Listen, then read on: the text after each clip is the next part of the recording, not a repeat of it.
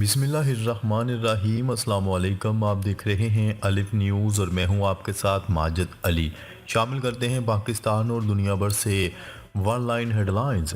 Donald Trump تجربہ اور ذہین سیاستدان ہیں، ہم واشنگٹن کے ساتھ بات چیت کے لیے تیار ہیں۔ روسی صدر ولادیمیر پیوٹن۔ روس کے صدر ولادیمیر پیوٹن نے نومنتخب امریکی ہم منصب ڈونلڈ ٹرمپ کے لیے ایک بار پھر خیر سگالی کے جذبات کا اظہار کرتے ہوئے ان کی سیاسی ذہانت کو سراہا ہے۔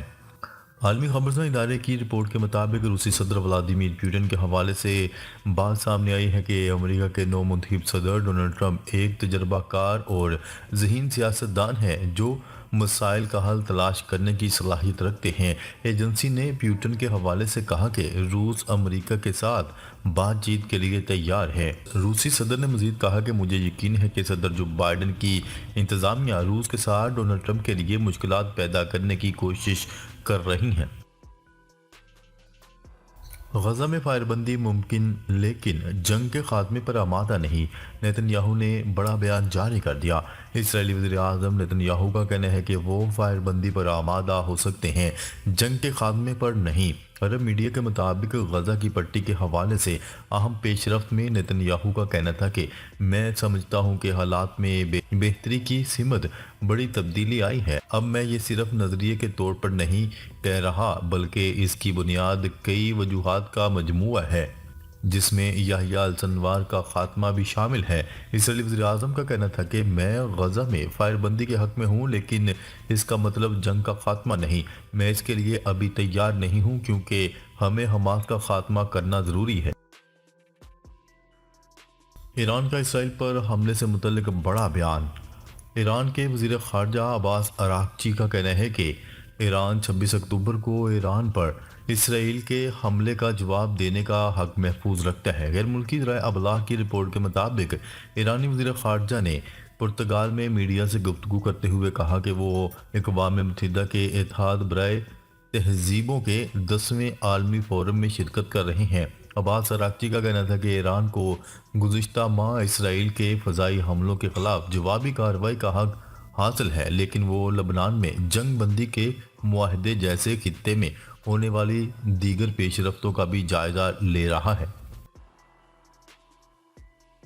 ایران کو جوہری طاقت نہیں بننے دیں گے، نیتن یاہو کی دھمکی۔ اسرائیلی وزیر اعظم نیتن یاہو کا کہنا تھا کہ ایران کو جوہری ہتھیار حاصل کرنے سے روکنے کے لیے جو ہوگا وہ کریں گے۔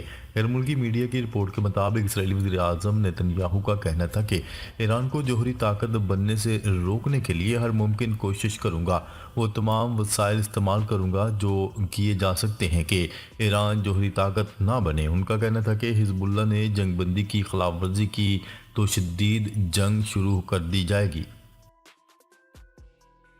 فلسطین کے صدر محمود عباس نے اپنا جانشین نامزد کر دیا۔ فلسطین کے صدر محمود عباس نے اپنے جانشین کے نام کا اعلان کر دیا۔ حکومت سے علیحدگی کی صورت میں فلسطینی قانون ساز کونسل کے اسپیکر روحی فتوح صدر کی ذمہ داریاں سنبھال لیں گے۔ غیر ملکی ذرائع ابلاغ کی رپورٹ کے مطابق روحی فتوح فلسطینی انتخابات کے قانون کے تحت صدارتی انتخابات ہونے تک عارضی طور پر فلسطینی اتھارٹی کے سربراہ کی ذمہ داری سنبھالیں گے، جس کی مدت 90 روز ہوگی۔ اس دوران انتخابات کے ذریعے فلسطینی قانون کے مطابق نئے صدر کے چناؤ کے لیے آزاد اور براہ راست انتخابات ہوں گے۔ محمود عباس نے اپنے بیان میں کہا کہ یہ فیصلہ آئینی ذمہ داری پوری کرنے کے لیے کیا ہے تاکہ فلسطینی سیاسی نظام اور وطن کا تحفظ یقینی بنایا جا سکے۔ اسرائیل کی غزہ میں نئی یہودی بستیاں قائم کرنے کی تیاری، سیٹلائٹ تصاویر نے بھانڈا پھوڑ دیا۔ برطانوی نشریاتی ادارے بی بی سی کی رپورٹ کے مطابق سیٹلائٹ تصاویر سے ظاہر ہوتا ہے کہ شمالی غزہ میں اسرائیل ایک نئی 9 کلومیٹر طویل ملٹری ڈیورنڈ لائن تعمیر کر رہا ہے۔ خیال ہے کہ ملٹری ڈیورنڈ لائن سے مراد دو علاقوں کے درمیان ایک ایسی تقسیم ہے جو یہ واضح کرتی ہے کہ کسی بھی مسلح تصادم یا جنگ کے دوران فریقین کے درمیان محاذ کہاں تک تھا۔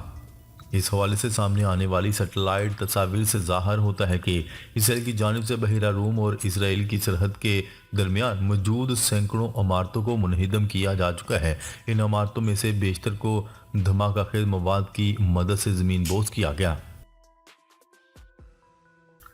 اسرائیل کے غزہ کے مختلف علاقوں میں حملے، 42 فلسطینی شہید۔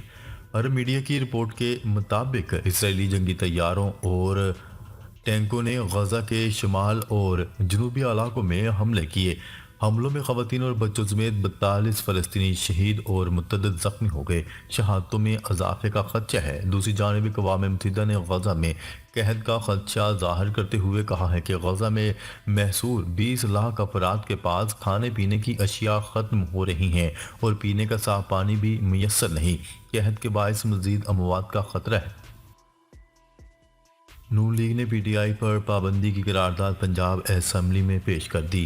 نیوز رپورٹ کے مطابق عظمیٰ کاردار کی جانب سے پیش کی گئی قرارداد میں لکھا گیا ہے کہ ایوان ایک مخصوص سیاسی پارٹی کی ملک بھر میں افراتفری پھیلانے کی مذموم کوشش پر پرزور مذمت کرتا ہے۔ تحریک انصاف نے پرتشدد احتجاج سے ملک بھر میں توڑ پھوڑ اور جلاؤ گھیراؤ کیا۔ متن میں لکھا کہ پی ٹی آئی کارکنان نے پولیس اہلکاروں کو شدید زخمی کیا، جبکہ انتشار پسند ٹولے نے گاڑی سے روند کر 3 رینجرز کے جوانوں اور 2 پولیس انسپکٹرز کو شہید کیا۔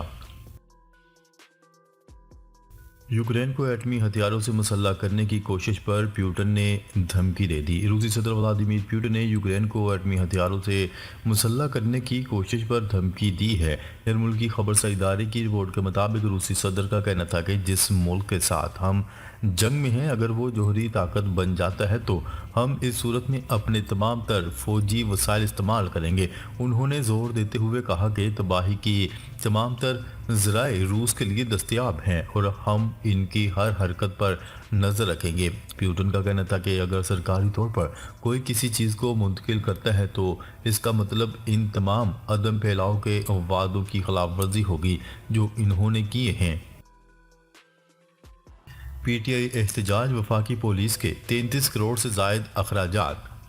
میڈیا رپورٹ کے مطابق پولیس ذرائع کا کہنا ہے کہ پاکستان تحریک انصاف کا 3 یوم کا احتجاج پولیس کو 33 کروڑ 28 لاکھ روپے میں پڑا۔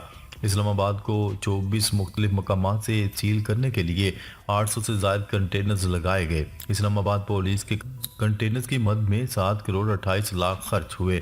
کنٹینرز کو لگائے ہوئے 7واں روز ہو گیا، جبکہ تاحال ان کنٹینرز کے اخراجات پولیس کے ذمے بڑھتے جا رہے ہیں۔ گزشتہ 7 دنوں میں آج تک 7 کروڑ 28 لاکھ روپے کے اخراجات بن چکے ہیں۔ حزب اللہ نے جنگ بندی کی خلاف ورزی کی تو شدید جنگ کریں گے، اسرائیلی وزیر اعظم کی دھمکی۔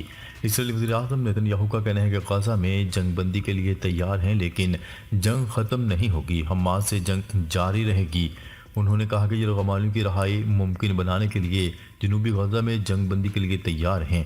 یاد رہے کہ گزشتہ دن امریکی صدر جو بائیڈن نے اسرائیل اور حزب اللہ کے درمیان سرحدی مستقل جنگ بندی پر اتفاق کا اعلان کیا تھا۔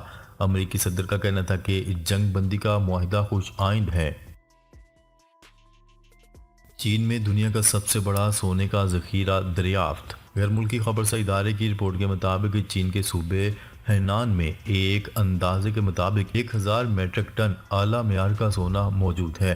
اس سونے کے ڈپازٹ کی مالیت 83 ارب امریکی ڈالر سے زیادہ بتائی جا رہی ہے۔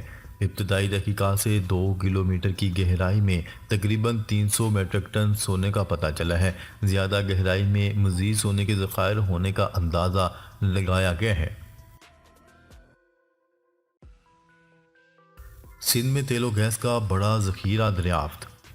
ترجمان پاکستان پیٹرولیم لمیٹڈ کے مطابق سندھ کے ضلع سجاول میں ریکارڈ وقت میں تیل و گیس کا ذخیرہ دریافت کیا گیا۔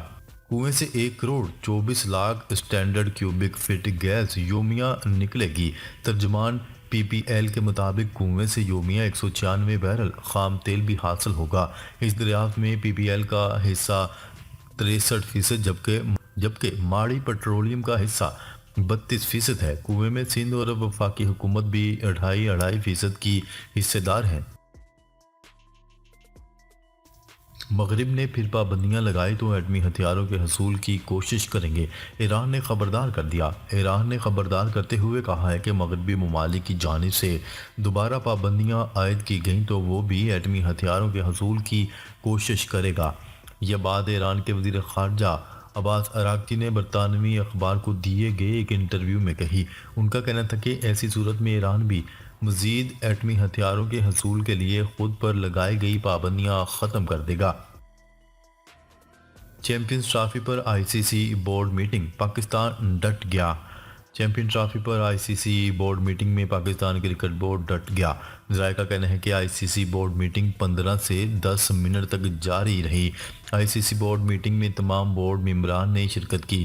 بورڈ میٹنگ میں پاکستان کرکٹ بورڈ نے اپنا موقف دہرایا۔ آئی سی سی حکام آج مختلف آپشنز کے ساتھ دوبارہ گفتگو کریں گے۔ آئی سی سی چیمپئن ٹرافی کے لیے قابل عمل حل نکالنے کی کوشش کر رہا ہے۔ آئی سی سی بورڈ میٹنگ آج دوبارہ ہوگی۔ ناظرین، اب تک کے لیے اتنا ہی۔ مزید خبریں لے کر بہت جلد آپ کی خدمت میں حاضر ہوں گے۔ تب تک کے لیے اپنا خیال رکھیے گا۔ اللہ نگہبان۔